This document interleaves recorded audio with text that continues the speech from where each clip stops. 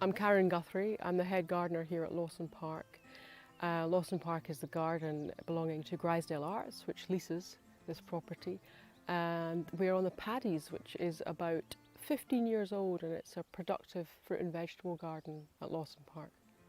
So the Paddies is a series of informal terraced gardens. It's quite a steeply sloped site. It's the only part of Lawson Park that's deer fenced. And about 15 years ago, it was terraced with the help of a community of Japanese farmers with whom we were doing a cultural exchange. And they came over here in April, and they set about landscaping it in the way that you would landscape a Japanese paddy field.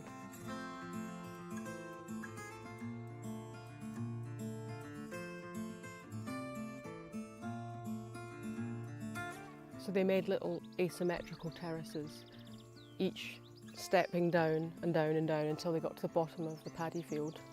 And we found that they left key trees and shrubs, and they mounded up earth to make these little embankments so that you could walk around the paddies. And so we've got 5 terraces, and they're not straight lines, they're not rectilinear as they would be if it was a European terraced garden. They're really kidney shaped, and they remind you a lot of Japanese paddy fields. And all around these little productive areas, we've left the native plants to grow.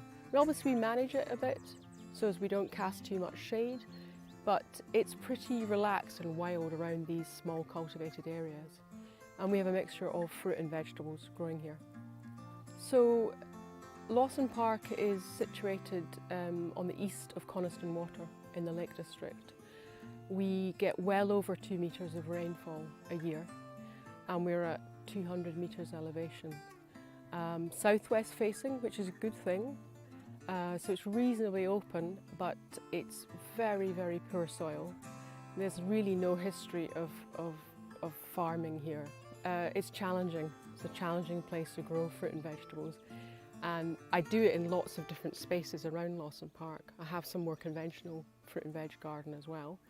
But this is the one that is, in a way, the most compelling, because it's so unexpected to walk into the wilderness, come through a gate and find fruit and vegetables growing really productively.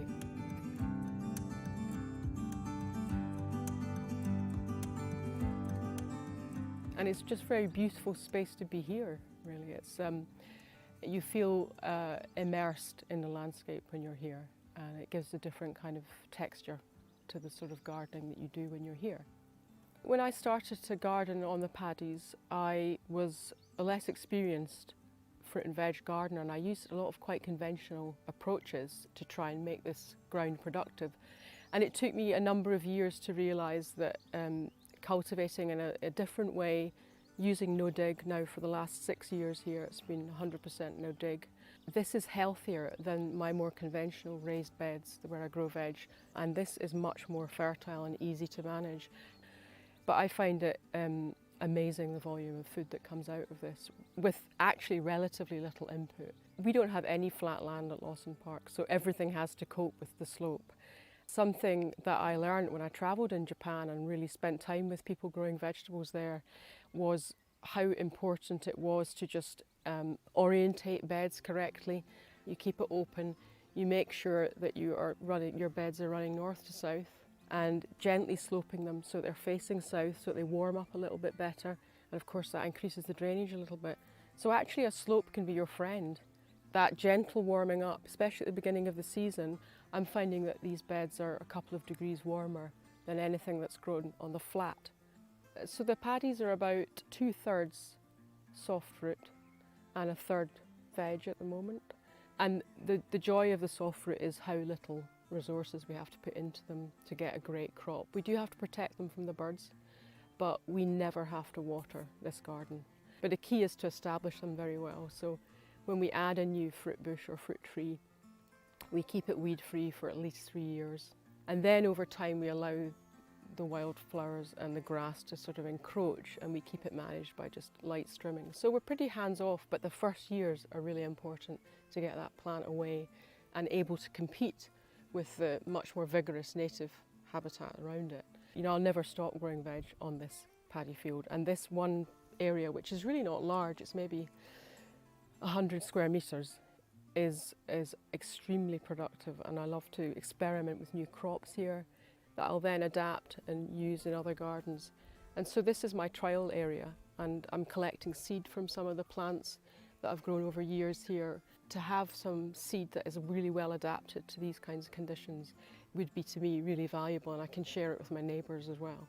And it's just a joy really to see what is self-seeding around here and thriving and adapting techniques over time.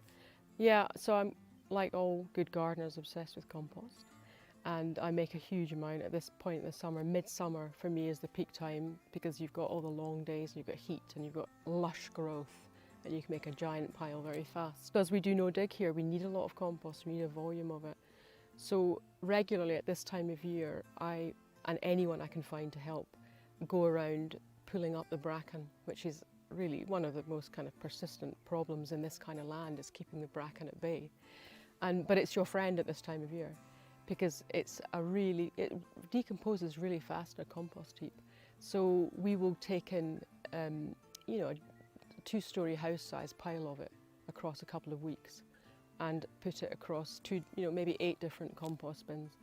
And it's a good mix. You can mix it in with some grass clippings, your veg from the kitchen.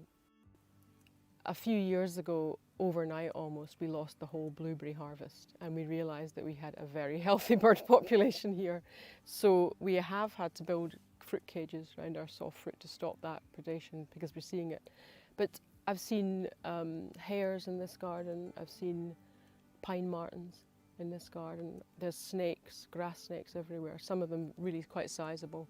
They're not things that are problematic in the veg garden or in the fruit, so I'm very happy to have them around, and it's part of the balance of this garden. And again, it's probably why this part of the garden is more productive than other parts of the vegetable garden. At this altitude, with a short growing season, you do have to give the plants an absolute running start.